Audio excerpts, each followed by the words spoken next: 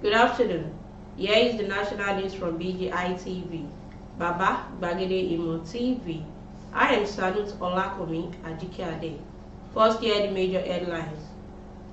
ASU, other unions recruit using strike as negotiation weapon.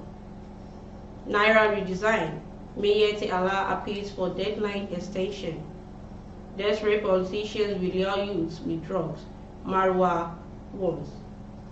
Abducted boy rescue in Lagos. Gunmen in Faith Catholic Church in Anambra tie off security guards. And lastly, on sports. 4-0 loss to Portugal was too much. Super Eagles coach, Pesero admits.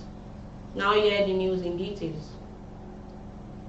President Muhammadu Buhari has tasked the Academic Staff Union of Universities, ASU, and other trade unions to shun embarking on strike as a tool for pressing on their demands.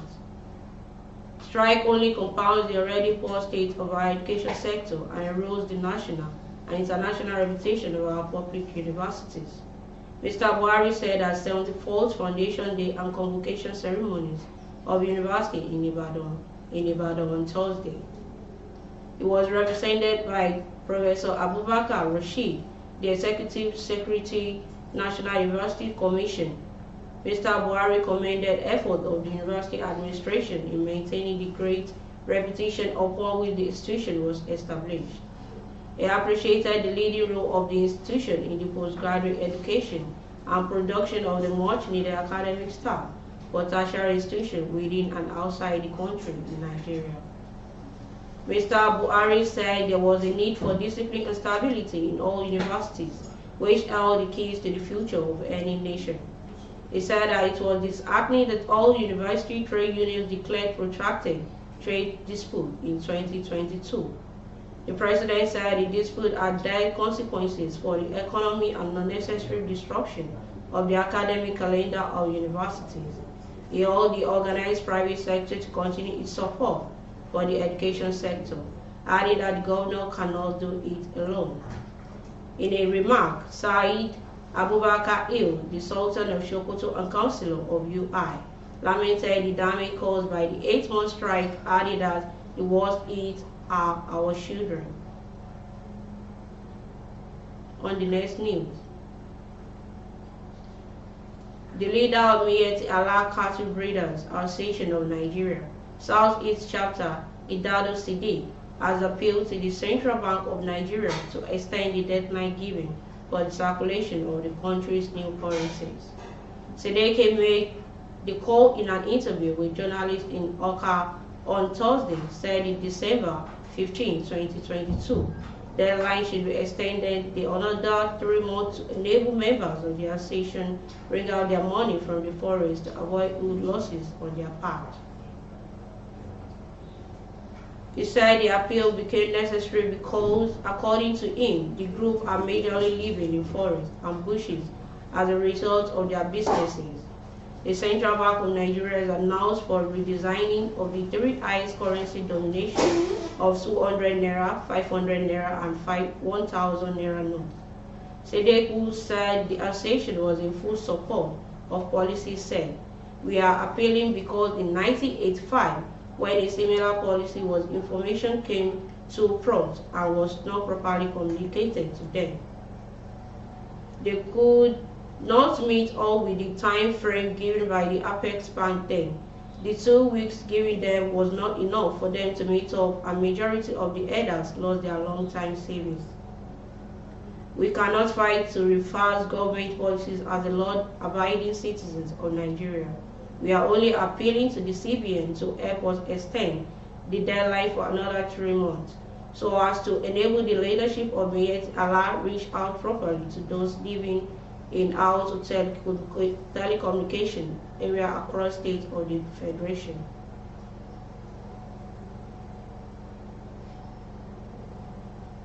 Retired Brigadier General Buba Marwa, Chairman National Drug Law Enforcement Agency, NDLEA, has said that the drugs will be purchased by desperate politicians and be shared to youth. Marwa also condemned the use of illicit drugs, especially cannabis sativa, to cook food. He spoke on Thursday in Lagos at the 10th anniversary lecture and investiture into the Hall of Fame organized by Real News, an online publishing outfit. People use drugs to prepare cookies, pepper soup, among others. This is dangerous and condemnable, he declared. The theme of the program was drug abuse among youth in Africa, implications for Nigerian economy and 2023 elections. He regretted that the traffickers had continued to manufacture and share illicit drugs in spite of NDLEA's effort to tackle the menace. Marwa said that the agency would not relent in its war on the drug barons, declaring the NDLEA would fight them to the end, said by Marwa.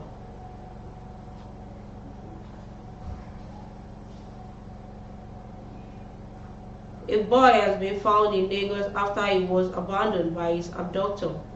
Police Public Relations Officer SP Benjamin Undeni announced the rescue in a brief. The spokesperson said the teenagers have been under treatment and under inquiry. The boy revealed he was abducted in Jakande in the Kotu area on Sunday, November 13.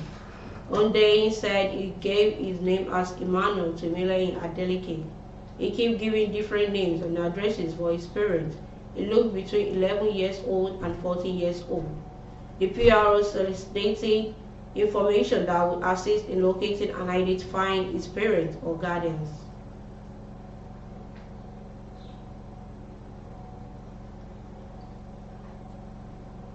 Some government wielding sophisticated weapon has invaded St. Martin's of Tours Catholic Parish in the Alak local government area of Anambra State.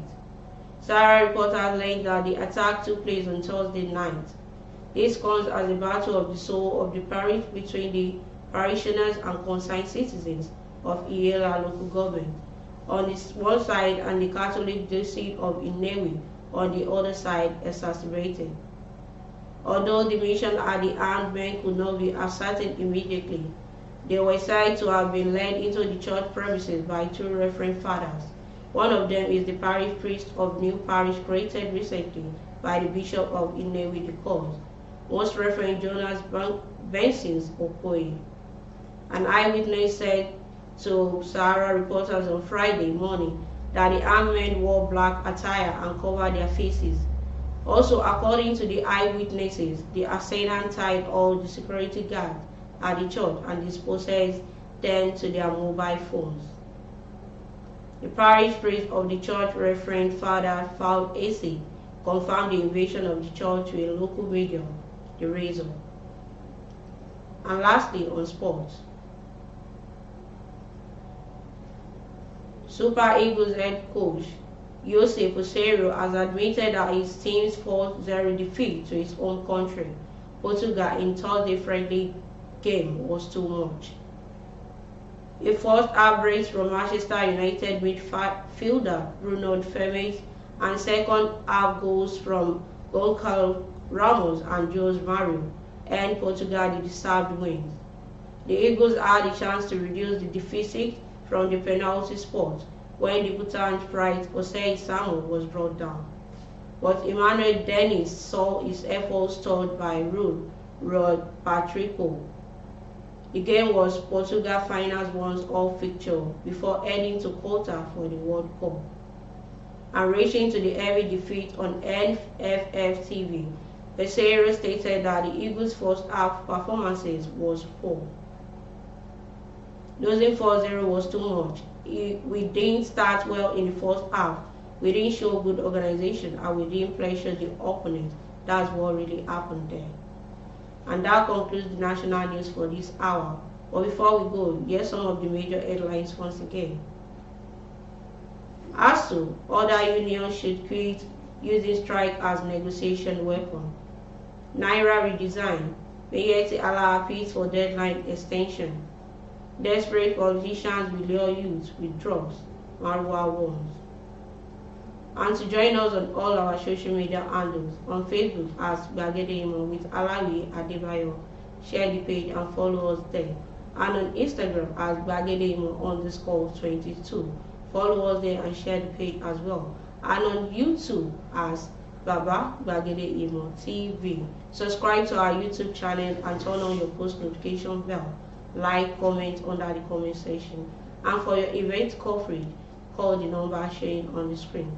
Thanks for always listening to our news on BGI TV. I am Sanut Olakomi Ajikade. Bye for now.